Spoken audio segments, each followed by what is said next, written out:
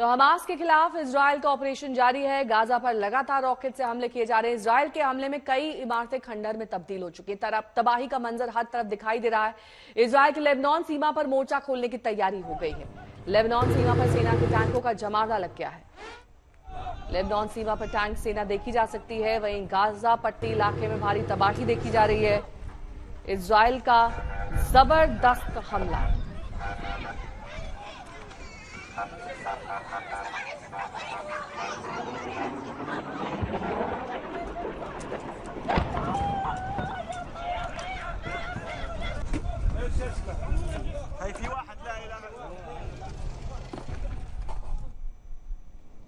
ये गाजा पट्टी की तस्वीरें आप देख रहे हैं।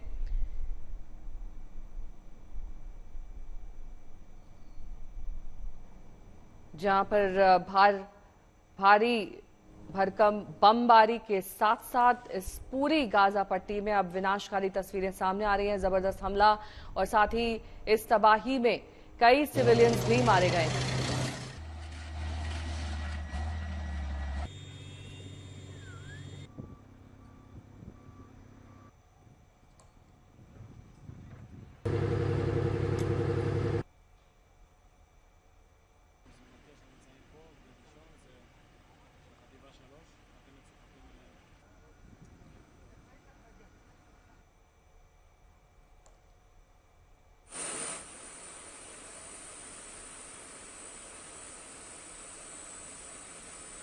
गौरव सावंत मेरे सहयोगी जुड़ गए हैं तमाम जानकारी के साथ।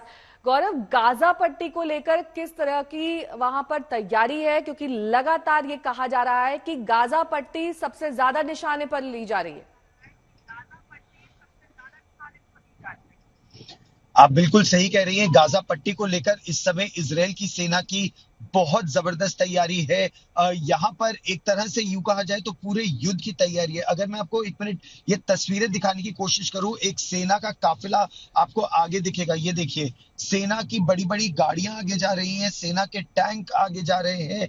और जो यहाँ पर गाजा पट्टी है, उस गाजा पट्टी पर पूरी तरह से इजराइल की बख्तरबंद गाड़ियां, इजराइल की तोपें, इजराइल के टैंक, ये सब अभी तैनात किए जा रहे हैं।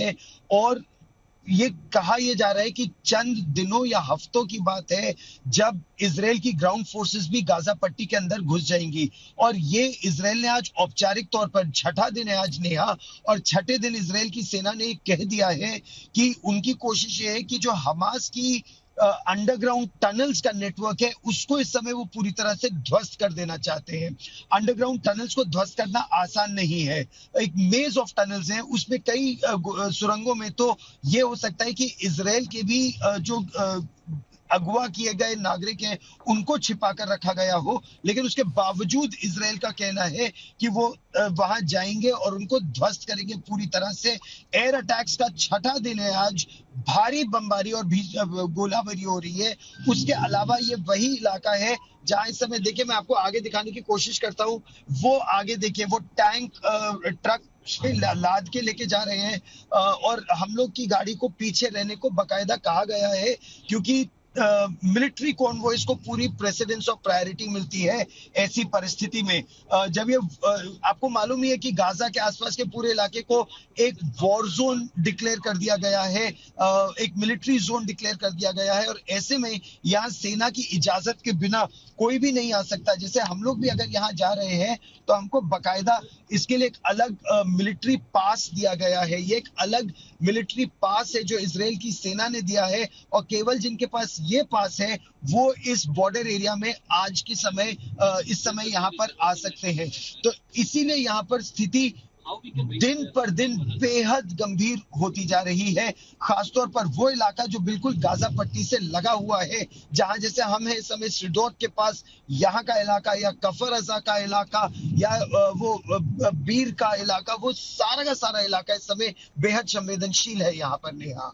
इसके अलावा आप जिस तरह से जानकारी दे रहे हैं, जाहिर तौर पर तमाम वो तैयारियां अब इजराइल की तरफ से की जा चुकी हैं, और खास तौर पर ब्लिंकन का वहां पर पहुंचना एक सख्त संदेश है हमास के लिए भी। ये दरअसल पूरा का पूरा एरिया बेहद संवेदनशील हो रखा है, लेकिन इसके बावजूद अगर विदेश मंत्री वहां पर पहुंचते हैं तो वो ये बता रहे हैं कि हमारी बैकिंग है इजराइल के साथ, और इसीलिए ये एक चेतावनी के तौर पर भी देखें।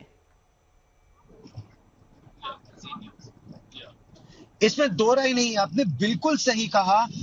अमेरिका के secretary of state Antony Blinken का यहां आना, या उससे पहले ब्रिटेन के विदेश मंत्री जेम्स क्लेवर्ली का यहां आना, और वो तो कल जब इस इलाके में थे तो यहां पर एक रॉकेट अलर्ट था और उनको भी भागकर छिपना पड़ा था दक्षिणी इजराइल के इस इलाके में, क्योंकि यहाँ लगातार रॉकेट अटैक्स हो रहे हैं।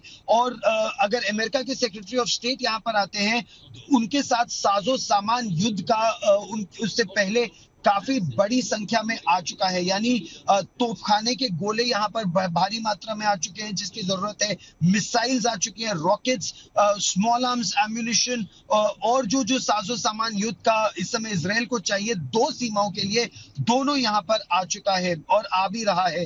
फिर भूमध्य सागर में अमेरिका का aircraft carrier battle group, strike group तैनात कर दिया गया है, और इसका यह मतलब है कि लेबनान और ईरान जैसे देश वो बिल्कुल एक्टिव ना हो जाए हमास की मदद के लिए या हिजबुल्लाह की मदद के लिए, क्योंकि उसमें ज्यादा कॉन्सिक्वेंसेस होंगे। और इसमें इलेक्ट्रॉनिक इंटेलिजेंस, स्नूपिंग से लेकर एयर डोमिनेंस में अमेरिका और इजराइल का एक साथ आना इस पूरे क्षेत्र के लिए एक बहुत बड़ा संदेश है।